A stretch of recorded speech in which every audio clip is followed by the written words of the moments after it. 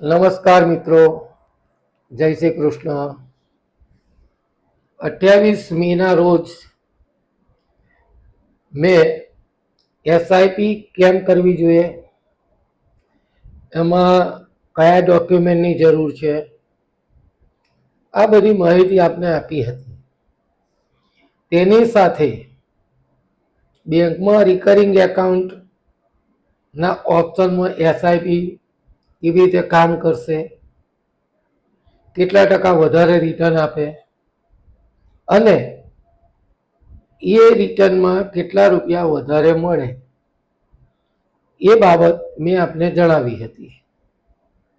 આજે એ જ એપિસોડનો હું બીજો ભાગ આપની પાસે રજૂ કરું છું। એનું રીઝન એ છે કે મેં એઝ પર ગાઈડલાઈન અને ભૂતકાળની અંદર જે રિટર્ન મ્યુચ્યુઅલ ફંડમાંથી મળ્યું છે 12%, એ મુજબ પહેલા એપિસોડની અંદર રિકરિંગ કરતાં કેટલું વધારે વ્યાજ મળે એની ગણતરી આપી હતી। પરંતુ આજે મારે તમને એ જણાવવું છે કે 12% વ્યાજ મળે છે એ મેં કીધું, પણ રિયલમાં ગયા 10 વર્ષમાં કેટલું વ્યાજ મળ્યું, લાર્જ કેપ ફંડમાં કેટલું મળ્યું, મિડ કેપ ફંડમાં કેટલું મળ્યું, સ્મોલ કેપ ફંડમાં કેટલું મળ્યું, એવરેજ રિટર્ન એ મારે તમને જણાવવું છે, નંબર 1। બીજી વસ્તુ કે એ જે રિટર્ન મળ્યું એ મુજબ શું મેં મારા ક્લાયન્ટને એ રિટર્ન અપાવ્યું છે એ પણ તમને દેખાડવું છે। તો મિત્રો, હવે મ્યુચ્યુઅલ ફંડમાં જે લાર્જ કેપ ફંડ કહેવાય છે તેમણે 3 વર્ષમાં 17% વ્યાજ આપ્યું છે, 5 વર્ષમાં 16.50% વ્યાજ આપ્યું છે અને 10 વર્ષમાં 14.35% વ્યાજ આપ્યું છે। હવે બીજા નંબરના ફંડ મિડ કેપ ફંડ, તો મિડ કેપ ફંડે 3 વર્ષમાં 25.50% વ્યાજ આપ્યું છે, 5 વર્ષમાં 25% વ્યાજ આપ્યું છે, 10 વર્ષમાં 19.45% વ્યાજ આપ્યું છે। જ્યારે સ્મોલ કેપ ફંડ જે સૌથી વધારે જોખમ હોય છે અને જેમાં સૌથી વધારે રિટર્ન મળે છે, તેણે શું કર્યું, તો તેણે 3 વર્ષમાં 28% વ્યાજ આપ્યું, 5 વર્ષમાં 28.10% વ્યાજ આપ્યું અને 10 વર્ષમાં 21.50% વ્યાજ આપ્યું છે। આ ગયા મહિનાના જે લેટેસ્ટ આંકડા પ્રસિદ્ધ થયા છે એ હું આપને જણાવી રહ્યો છું। તેની સાથે અત્યારના સંજોગોમાં બેંકની આપણીમાં તપાસ કરશો તો 3 વર્ષ માટે 7%, 5 વર્ષ માટે 6.75% અને 10 વર્ષ માટે 6.50% લેખે વ્યાજ મળે છે। હવે આ મારા સ્ક્રીન પર જે રેટ ઓફ ઇન્ટરેસ્ટ તમને લખીને મોકલ્યા, રિટર્ન અને બેંકનો રેટ, એની વચ્ચેની ગેપ તમે પોતે જુઓ, એ ગેપ કેટલી છે। હવે મિત્રો, કોઈ વ્યક્તિ એના રિટાયરમેન્ટ માટે એસઆઈપી કરવા માંગે છે અને એ એસઆઈપી દર મહિને 10,000 એમાં ભરી શકાય એવું આયોજન કરે છે, તો કઈ ઉંમરે 10,000 રૂપિયા ભરવાના સ્ટાર્ટ કરવાથી 60 વર્ષની ઉંમરે કેટલા રૂપિયા બને, મિડ કેપમાં, સ્મોલ કેપમાં, લાર્જ કેપમાં અથવા બેંકના રિકરિંગ એકાઉન્ટમાં, એ આપણે જોઈએ। હવે 25 વર્ષની ઉંમરે 10,000 રૂપિયા લાર્જ કેપ ફંડમાં કોઈ વ્યક્તિ ભરે છે અને 60 વર્ષ સુધી કન્ટિન્યુ રાખે છે, તો એને 8,95,00,000 રૂપિયા મળશે।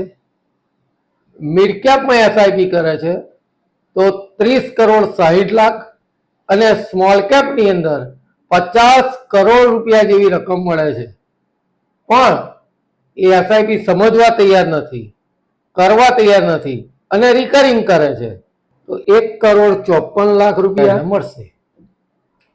હવે 30 વર્ષની વ્યક્તિ આ જ રીતે 10,000ની એસઆઈપી રિટાયરમેન્ટ સુધી ચાલુ રાખે છે તો લાર્જ કેપ ફંડ એને 4,60,00,000 રૂપિયા આપશે 60માં વર્ષે.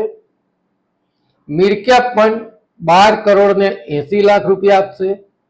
સ્મોલ કેપ ફંડ 19 કરોડ રૂપિયા આપશે, જ્યારે એફડીમાંથી માત્ર 1 કરોડ રૂપિયા મળશે. હવે 35 વર્ષની વ્યક્તિ જો આ રીતે એસઆઈપી કરે છે તો લાર્જ કેપ ફંડમાંથી એને 60માં વર્ષે 2,34,00,000 રૂપિયા મળશે. મિડ કેપ ફંડમાં 5,32,00,000 રૂપિયા મળશે અને સ્મોલ કેપમાંથી 7,40,00,000 રૂપિયા મળશે, જ્યારે રિકરિંગમાંથી એને 73,00,000 રૂપિયા મળશે. હવે 40 વર્ષની વ્યક્તિ જો 10,000ની એસઆઈપી કરે છે અને 60 વર્ષની ઉંમરે રિટાયરમેન્ટ વખતે એ રૂપિયા પરત લેવા માંગે છે તો એને લાર્જ કેપ ફંડ 1,17,00,000 રૂપિયા આપશે. મિડ કેપ ફંડની અંદર 2,18,00,000 રૂપિયા થશે. સ્મોલ કેપ ફંડમાં 2,80,00,000 રૂપિયા થશે, જ્યારે રિકરિંગ એકાઉન્ટ એને ફક્ત 48,00,000 રૂપિયા પરત આપશે. હવે 45 વર્ષની ઉંમરે આજે કોઈને માહિતી મળી જ નહીં અને છેક 45માં વર્ષે એને ખબર પડી કે એસઆઈપી કરવી જોઈએ, તો એ 45 વર્ષની ઉંમરે વ્યક્તિ એસઆઈપી સ્ટાર્ટ કરે છે ₹10,000ની અને એ 60 વર્ષ સુધી કન્ટિન્યુ કરે છે અને 60માં વર્ષે વિથડ્રો કરવા જાય છે તો લાર્જ કેપ ફંડ એને 56,00,000 રૂપિયા આપશે. મિડ કેપ ફંડ એને 87,00,000 રૂપિયા આપશે, જ્યારે સ્મોલ કેપ ફંડ ભલે એને ફક્ત 15 જ વર્ષ રૂપિયા ભર્યા પરંતુ ₹1 કરોડનો એના માલિક બનાવી દેશે. જ્યારે રિકરિંગની અંદર જો 45 વર્ષની વ્યક્તિ 15 વર્ષ સુધી રિકરિંગ ભરે છે તો એને 60માં વર્ષે ફક્ત ને ફક્ત 30,00,000 રૂપિયા મળવા પાત્ર બને છે. હવે આ જે મેં બધા આંકડાઓ આપને આપ્યા એની અંદર મેં વ્યાજ કયું ગણ્યું તો એની અંદર લાર્જ કેપ ફંડમાં છેલ્લા 10 વર્ષમાં મળ્યા મુજબનું 14% વ્યાજ ગણ્યું, મિડ કેપમાં 19% વ્યાજ ગણ્યું અને સ્મોલ કેપમાં 21% વ્યાજ ગણ્યું. તેની સામે એફડીની અંદર 6.5% લેખે વ્યાજ ગણી અને તમારી આગળ રજૂઆત કરી છે. જો મિત્રો આ જે મેં આપને ડેટા દેખાડ્યો એની ગણતરી દેખાડી અને એની અંદર મ્યુચ્યુઅલ ફંડમાંથી જે પ્રમાણે mid cap, large cap, small કેપમાં રિટર્ન મળ્યા ગત 10 વર્ષમાં એ તદ્દન સાચી વાત છે અને ડેટાની અંદર એ રજૂ થયેલી વાત છે, માટે મેં તમારી આગળ એ રજૂઆત કરી. પરંતુ લોંગ ટર્મની અંદર આવા રિટર્ન બનતા જ હોય છે. લોંગ ટર્મ એટલે 10 વર્ષ કે તેથી વધુના સમય માટેની હું વાત કરી રહ્યો છું. મ્યુચ્યુઅલ ફંડની અંદર ક્યારેય બેંકની જેમ દર વર્ષે તમારી રકમ વધશે એ હું સ્વીકારવા તૈયાર જ નથી, કારણ કે મેં લાંબા ટાઈમથી મ્યુચ્યુઅલ ફંડ સાથે સંકળાયેલો છું. મેં જોયું છે ઘણી વખત 2 વર્ષ, 3 વર્ષ, 4 વર્ષ પણ મ્યુચ્યુઅલ ફંડનું ઇન્વેસ્ટમેન્ટ રિટર્ન આપતું હોતું નથી. ઘણી વખત એ માઇનસમાં બી જાય છે, પરંતુ તેમ છતાં આટલા ઊંચા રિટર્ન એટલા માટે બને છે કે જે સતત 3-4 વર્ષ સુધી નીચા માર્કેટમાં રૂપિયા ઇન્વેસ્ટ થયા હોય અને પછીના વર્ષે જે માર્કેટ ઉપર જાય એટલે બધા વર્ષનું એવરેજ રિટર્ન ઘણું હાઈ લેવલ પર જતું રહેતું હોય છે. આ જ રીતે આ જ પ્રક્રિયામાંથી પસાર થઈને જે સ્માર્ટ ફાઇનાન્શિયલ સર્વિસીસ સાથે સંકળાયેલા ક્લાયન્ટો જે 10 વર્ષથી એમનું ઇન્વેસ્ટમેન્ટ કન્ટિન્યુ રાખ્યું છે તેમના એકાઉન્ટ સ્ટેટમેન્ટ જેને વેલ્યુએશન રિપોર્ટ કહેવામાં આવે છે તેમાં એમને મેં દર્શાવેલા ડેટાથી પણ વધારે વ્યાજ કે રિટર્ન એમને મળ્યું છે એ એમના સ્ટેટમેન્ટમાં તમે જોઈ શકશો. સ્માર્ટ ફાઇનાન્શિયલ સર્વિસીસના અમુક ક્લાયન્ટના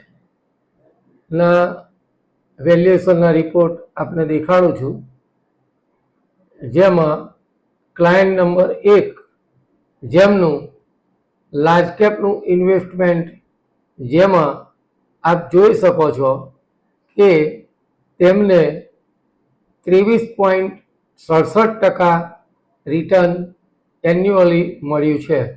ક્લાયન્ટ નંબર 2 જેમને 14.63% રિટર્ન મળ્યું છે. ક્લાયન્ટ નંબર 3 જેમને 17.19% લાર્જ કેપમાં રિટર્ન મળ્યું છે. આ આપણે 3 જે સ્ટેટમેન્ટ જોયા એ ત્રણેય સ્માર્ટ ફાઇનાન્શિયલ સર્વિસીસના ક્લાયન્ટ છે અને તેમનું ઇન્વેસ્ટમેન્ટ છેલ્લા 10 વર્ષથી છે. અને ત્રણેય સ્ટેટમેન્ટની અંદર આપણે જોયું કે દરેકમાં આપણે જૂના ડેટામાં 14% દેખાડ્યા હતા, તેનાથી વધારે રિટર્ન મળ્યું છે. હવે આપણે સ્માર્ટ ફાઇનાન્શિયલ સર્વિસીસના ક્લાયન્ટોએ મિડકેપમાં ઇન્વેસ્ટમેન્ટ કર્યું તો એમને કેટલું રિટર્ન બન્યું 10 વર્ષમાં, એના સ્ટેટમેન્ટ આપણે જોઈએ. તો તેમાં ક્લાયન્ટ નંબર 1 જેમને વાર્ષિક 30.37% રિટર્ન મળ્યું છે, જે સ્ટેટમેન્ટમાં તમે જોઈ શકો છો. ક્લાયન્ટ નંબર 2નું સ્ટેટમેન્ટ, જેમાં એમણે મિડકેપ ફંડમાં ઇન્વેસ્ટ કર્યું તો તેમને 24.85% લેખે રિટર્ન મળ્યું છે. ક્લાયન્ટ નંબર 3 જેમણે મિડકેપમાં ઇન્વેસ્ટમેન્ટ કર્યું તેમને 27.19% લેખે રિટર્ન મળ્યું છે.